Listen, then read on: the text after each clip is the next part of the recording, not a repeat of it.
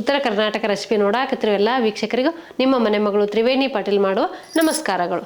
ನಾನಿವತ್ತೊಂದು ಬೆಳಗಿನ ನಾಷ್ಟಕ್ಕಾದರೂ ಆಗಲಿ, tea time ಸ್ನ್ಯಾಕ್ಸಿಗಾದರೂ ಆಗಲಿ, ಮಕ್ಕಳ ಲಂಚ್ ಬಾಕ್ಸಿಗಾದರೂ ಆಗಲಿ ಒಂದು ರೆಸಿಪಿ ಮಾಡ್ತೀನಿ ರೀ. ಆ ರೆಸಿಪಿ ಹೆಂಗೆ ಮಾಡೋದಂತೆ ನೋಡ್ಕೊಂಬರೋಣ ಬರ್ರಿ. ಮೊದಲೇದಾಗಿ ನಾನು ಒಂದು ಪರಾತ್ ತೊಗೊಂಡೇನಿ ರೀ.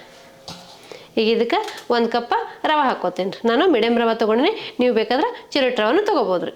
ಅರ್ಧ ಕಪ್ ಗೋಧಿ ಹಿಟ್ಟು ತೊಗೊಂಡಿನಿ, ಅದು ಹಾಕ್ಕೋತೀನಿ ನೋಡಿರಿ. 1 ಚಿಟಿಕೆ ಉಪ್ಪು ಹಾಕ್ಕೋತೀನಿ ರೀ. 1 ಸ್ಪೂನ್ ಎಣ್ಣೆ ಹಾಕ್ಕೋತೀನಿ ರೀ. ಇದೇನು ಎಣ್ಣೆಯನ್ನು ಬಿಸಿ ಮಾಡಿಲ್ಲ ರೀ, ಹಂಗೆ ಹಾಕ್ಕೊಳಕತ್ತೀನಿ ರೀ. ಇದೆಲ್ಲ ಚಲೋ ಹೊತ್ತಿಗೆ ಮಿಕ್ಸ್ ಮಾಡ್ಕೋತೀನಿ ರೀ. ನೀವು ಬರೀ ಗೋಧಿ ಹಿಟ್ಟಲ್ಲಾದರೂ ಮಾಡ್ಬೋದು ರೀ, ಇಲ್ಲ ಬರೀ ರವಾದಾದರೂ ಮಾಡ್ಕೋಬೋದು ರೀ.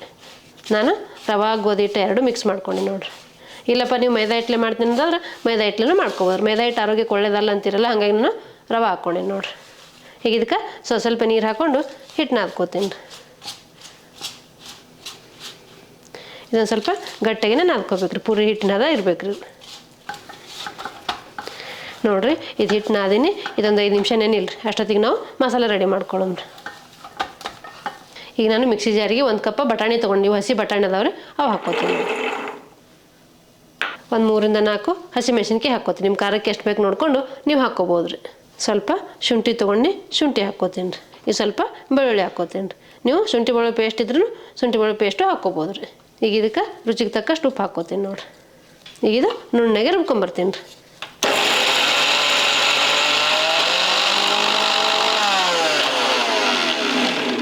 ಈಗ ನೋಡಿರಿ, ನಾ ಈ ರೀತಿ ರುಬ್ಕೊಂಡೇನಿ ನೋಡಿರಿ. ಈ ರೀತಿ ಪೇಸ್ಟ್ ರೆಡಿ ಆಗೈತೆ ನೋಡಿರಿ. ಈಗ ನಾನು ಮಸಾಲೆ ರುಬ್ಕೊಂಬಂದಿನಿ ರೀ. ಈಗ ಇದಕ್ಕೆ ಒಗ್ಗರಣೆ ಮಾಡಬೇಕು. ಈಗ ಒಗ್ಗರಣೆಗೆ ಒಂದು ಪಾತ್ರೆ ಇಟ್ಕೋತೀನಿ ನೋಡಿರಿ. ಈಗ ಇದಕ್ಕೆ ಒಗ್ಗರಣೆಗೆ ಬೇಕಾಗಷ್ಟು ಎಣ್ಣೆ ಹಾಕ್ಕೋತೀನಿ ರೀ. ಇದು ಎಣ್ಣೆ ಬಿಸಿ ಆಗಲಿ ರೀ. ಈಗ ಎಣ್ಣೆ ಬಿಸಿ ಆಗೈತೆ ರೀ. ನಾನು ಜೀರಿಗೆ ಹಾಕ್ಕೋತೀನಿ ನೋಡಿರಿ. ನೀವು ಇದಕ್ಕೆ ಇಂಗು ಕೂಡ ಹಾಕ್ಕೋಬೋದು ರೀ. ಈಗ ನಾ ಮಸಾಲೆ ಏನು ರುಬ್ಬಿಟ್ಕೊಂಡಿನಲ್ಲ ರೀ, ಅದು ಹಾಕ್ಕೋತೀನಿ ನೋಡಿರಿ.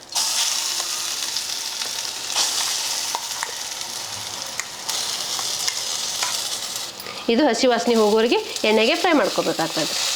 ಯಾಕಂದ್ರೆ ಬಟಾಣಿ ಹಸಿ ಇರ್ತಾವೆ, ಹಸಿಮೆಣ್ಸಿನ್ಕಾಯಿ ಹಸಿ ಇರ್ತಾವೆ, ಶುಂಠಿ ಬೆಳ್ಳುಳ್ಳಿ ಎಲ್ಲ ಹಾಕ್ಕೊಂಡಿರ್ತೀವಲ್ಲ, ಇದೊಂದು ಸ್ವಲ್ಪ ಹಸಿ ವಾಸನೆ ಹೋಗೋರಿಗೆ ಫ್ರೈ ಮಾಡ್ಕೋಬೇಕಾಗ್ತದೆ ರೀ.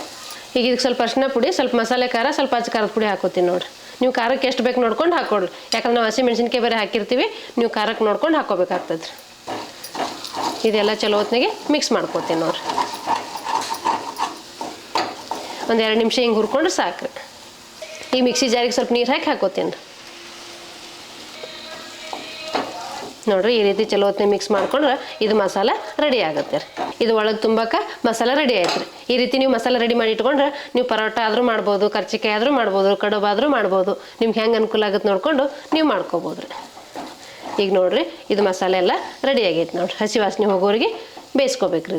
ಇದು ಬೆಳಗಿನ ನಾಷ್ಟಕ್ಕೂ ಆಗುತ್ತೆ, ಮಕ್ಕಳ ಲಂಚ್ ಬಾಕ್ಸಿಗೂ ಆಗುತ್ತೆ, ಇಲ್ಲ ರಾತ್ರಿ ಡಿನ್ನರಿಗೂ ಆಗುತ್ತೆ ರೀ.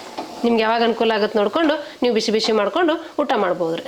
ಈಗ ನೋಡಿರಿ, ನಾನು 2 ನಿಮಿಷ ಬೇಯಿಸ್ಕೊಂಡಿನಿ. ಈ ರೀತಿ ಆಗೈತೆ ನೋಡಿರಿ. ನಾನು ಕೊತ್ತಂಬರಿ ಸಣ್ಣ ಕಟ್ ಮಾಡಿ ಹಾಕೋತೀನಿ ನೋಡಿರಿ. ಇದೆಲ್ಲ ಚಲೋ ಹೊತ್ತಿಗೆ ಮಿಕ್ಸ್ ಮಾಡ್ಕೊಂಡ್ರೆ ಆಯ್ತು.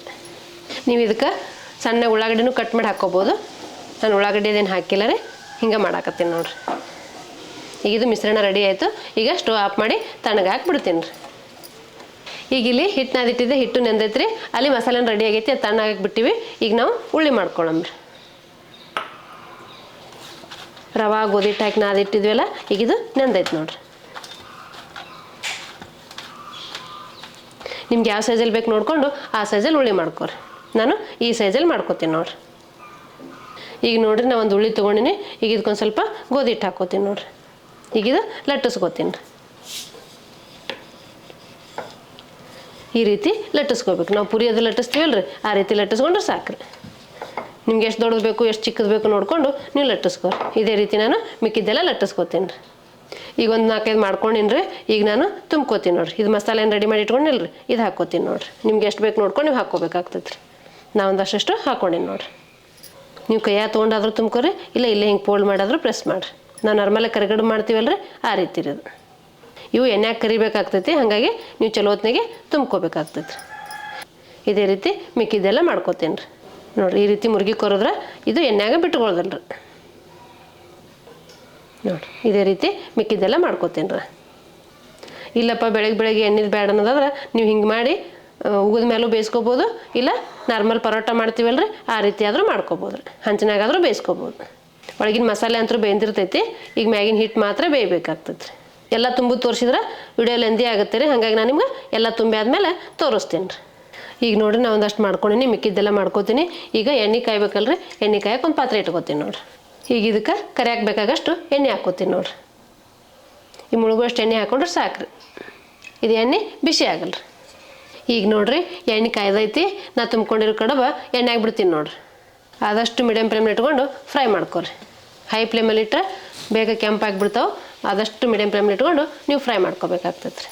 ನನ್ನ ಪಾತ್ರೆಗೆ ಒಂದು 4 ಹಿಡ್ದಾವ್ರಿ, ನಾನು 4 ಹಾಕ್ಕೊಂಡಿನಿ. ನಿಮ್ಮ ಪಾತ್ರೆ ಒಳಗೆ ಎಷ್ಟು ಹಿಡಿತಾವೆ ನೋಡ್ಕೊಂಡು ನೀವು ಹಾಕ್ಕೋಬೋದು ರೀ.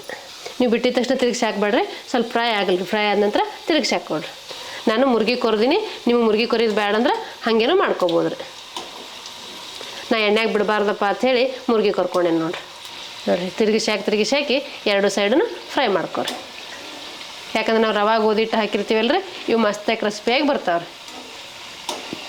ನೀವು ಬರೀ ಗೋಧಿ ಹಿಟ್ಟನ್ನು ಮಾಡ್ಬೋದು ರೀ.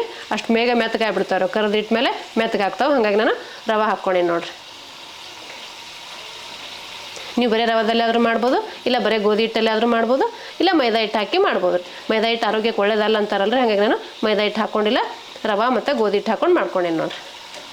ಈಗ ಇವು ನಿಮ್ಮ ಮಕ್ಕಳು ಲಂಚ್ ಬಾಕ್ಸಿಗೆ ಹಾಕಿ ಕೊಟ್ರೆ ಮಕ್ಳು ಕೈಗೆ ಇಟ್ಕೊಂಡು ಹಾಗೆ ತಿಂದ್ಬಿಡ್ತಾರೆ. ಅದಕ್ಕೇನು ಚಟ್ನಿ ಗಿಟ್ನಿ ಏನು ಬೇಡ್ರಿ, ಮೇಲೆ ಸ್ವಲ್ಪ ಸಾಸ್ ಹಾಕಿ ಕಳಿಸ್ರಿ, ಇಲ್ಲ ಹಾಗೆ ಆದರೂ ಕೊಡ್ರಿ, ಮಸ್ತಾಗಿರ್ತಾವ್ರಿ. ಈಗ ಬಟಾಣಿ ಸೀಸನ್ ಐತಲ್ಲ, ಈ ಸೀಸನ್ದಾಗ ಈ ರೀತಿ ಮಾಡಿಕೊಟ್ರೆ ಮಕ್ಕಳು ಇಷ್ಟಪಟ್ಟು ತಿಂತಾರೆ. ಈಗ ನೋಡಿರಿ ಇವು ಫ್ರೈ ಆಗ್ಯಾವು. ನಾ ತಕ್ಕೋತೀನಿ ನೋಡಿರಿ. ಈಗ ನಿಮ್ಮ ಸೌಂಡ್ ಕೇಳಿಸ್ಕೊಂಡ್ರೆ ಗೊತ್ತಾಗುತ್ತೆ ನೋಡಿರಿ ಎಷ್ಟು ಕ್ರಿಸ್ಪಿಯಾಗಿ ಬಂದಾವು ಅನ್ನೋದು. ಇದೇ ರೀತಿ ಮಿಕ್ಕಿದ್ದೆಲ್ಲ ಮಾಡ್ಕೋತೀನಿ ರೀ. ನಾ ಏನು ತೊಗೊಂಡಿದ್ನಿಲ್ಲ ರೀ, 1 ಕಪ್ ರವೆ, ಅರ್ಧ ಕಪ್ ಗೋಧಿ ಹಿಟ್ಟು, ಅದ್ರಾಗ ಇಷ್ಟು ಕಡುಬು ಆಗ್ಯಾವ ನೋಡಿರಿ. ನೀವು ಕಡುಬು ಆದರೂ ಅನ್ಬೋದು, ಕರ್ಚಿಕಾಯಿ ಆದರೂ ಅನ್ಬೋದು ರೀ. ಇದು ಬಟಾಣಿಯಿಂದ ಮಾಡಿರುವಂಥ ಕಡುಬು ರೀ. ಇದು ಖಾರ ಕಡುಬು ರೀ. ನೋಡಿದ್ರಲ್ರಿ ವೀಕ್ಷಕರೇ, ಬಟಾಣಿಯಿಂದ ಖಾರ ಕಡುಬು ಮಾಡೋದನ್ನ. ಈ ಖಾರ ಕಡುಬು ಮಾಡೋ ಪದ್ಧತಿ ನಿಮ್ಗೆ ಇಷ್ಟ ಆಗಿತ್ತಂದ್ರೆ ಒಂದು ಲೈಕ್ ಮಾಡಿರಿ, ಶೇರ್ ಮಾಡಿರಿ, ಕಮೆಂಟ್ ಮಾಡಿರಿ, ಸಬ್ಸ್ಕ್ರೈಬ್ ಆಗಿರಿ. ಧನ್ಯವಾದಗಳು.